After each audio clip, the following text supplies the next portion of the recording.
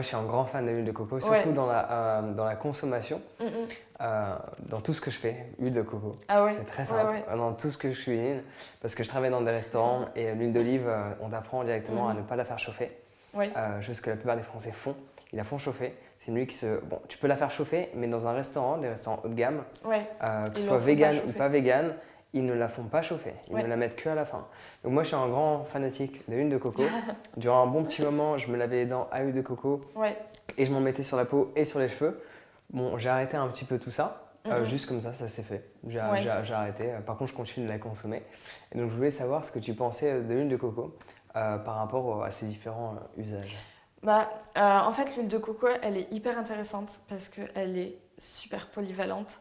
Et surtout, il y a un point qui est qui est essentiel à mon sens, c'est le fait qu'elle n'est pas du tout sensible au changement de température et au rayonnement solaire.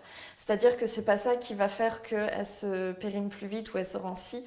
D'ailleurs, quand tu l'achètes dans un magasin, ton huile de coco, elle est systématiquement dans un bocal transparent, alors que ton huile d'olive, de colza, de tournesol, quand tu l'achètes en bonne qualité, c'est un contenant en verre qui est teinté et qui est foncé, qui est vert foncé, pour justement limiter l'impact du soleil sur le flacon. Intéressant. Voilà. L'huile de coco, du coup, ça fait qu'en fait, elle est solide en dessous de 25 degrés et liquide au-dessus, mais ça ne va pas affecter sa qualité et ses bienfaits. Et en fait, tu peux la transporter partout. Moi, c'est mon huile de voyage parce qu'elle sert à absolument tout. Elle te sert de dentifrice, donc comme tu l'as dit, puisqu'elle capture en fait les bactéries. Donc tu peux te laver les dents avec et en fait, ça va nettoyer ta bouche, la désinfecter, mais sans l'agresser comme les bains de bouche, par exemple, chimiques et ultra chimiques. Ça te sert aussi donc, pour la peau, pour nourrir ta peau, retenir l'hydratation. Pareil pour les cheveux, ça les protège, ça les fait briller si tu en mets une petite quantité, ça va les nourrir aussi. Après, tu peux t'en servir aussi pour les petits bobos, genre tu te fais une petite coupure. Moi, je m'en sers tout le temps quand je cuisine, quand je me fais des coupures, parce que je suis assez maladroite et je me coupe très souvent, notamment au niveau des pouces où j'ai toujours des traces de lame de couteau. Et quand tu saignes, en fait, ça va comme ça, antibactérien, ça va empêcher ta plaie de s'infecter.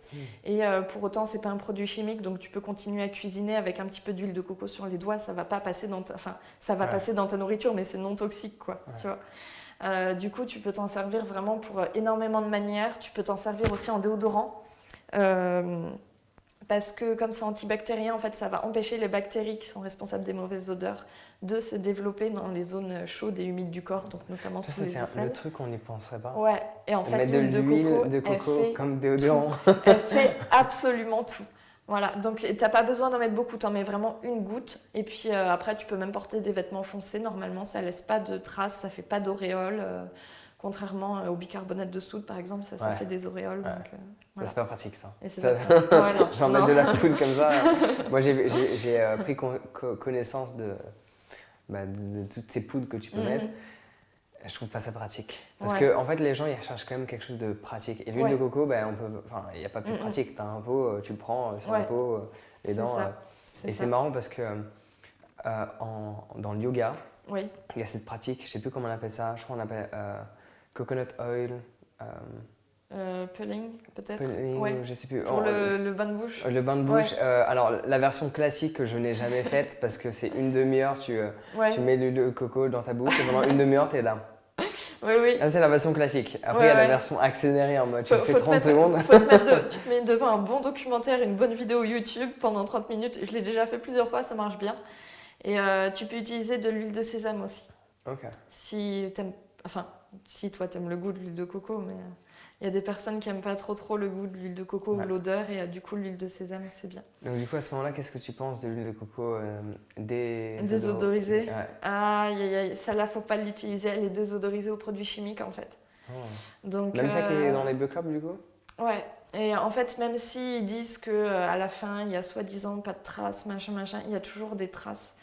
Et en plus, ça retire une partie de ses bienfaits, donc il vaut mieux l'utiliser, soit l'utiliser odorante, soit changer d'huile.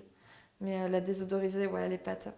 Et il y a aussi un autre point, par contre, hyper important avec l'huile de coco, c'est qu'en fait, elle va pas détruire les bactéries, elle va les capturer. Donc, il faut toujours se servir de l'huile de coco avec une cuillère, par exemple, et pas mettre directement les doigts ou la brosse à dents dans le pot. Sinon, les bactéries vont aller dans le pot et ça, tu vas les distribuer à chaque fois que tu t'en sers. Enfin, voilà. Du coup, ouais, toujours utiliser une cuillère pour faire la transition entre le pot et ta main, et voilà. Petit geste au quotidien. C'est ça.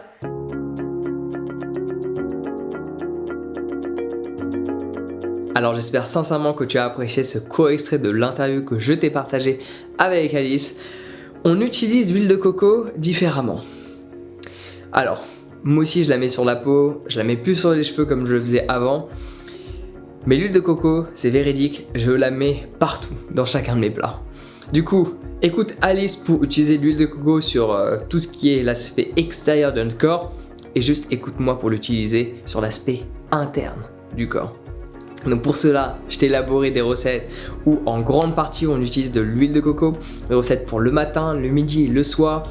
Je te mets le lien dans la description, télécharge tes recettes totalement gratuitement. On se retrouve directement de l'autre côté. Sur ce, prends soin de toi et passe une excellente journée.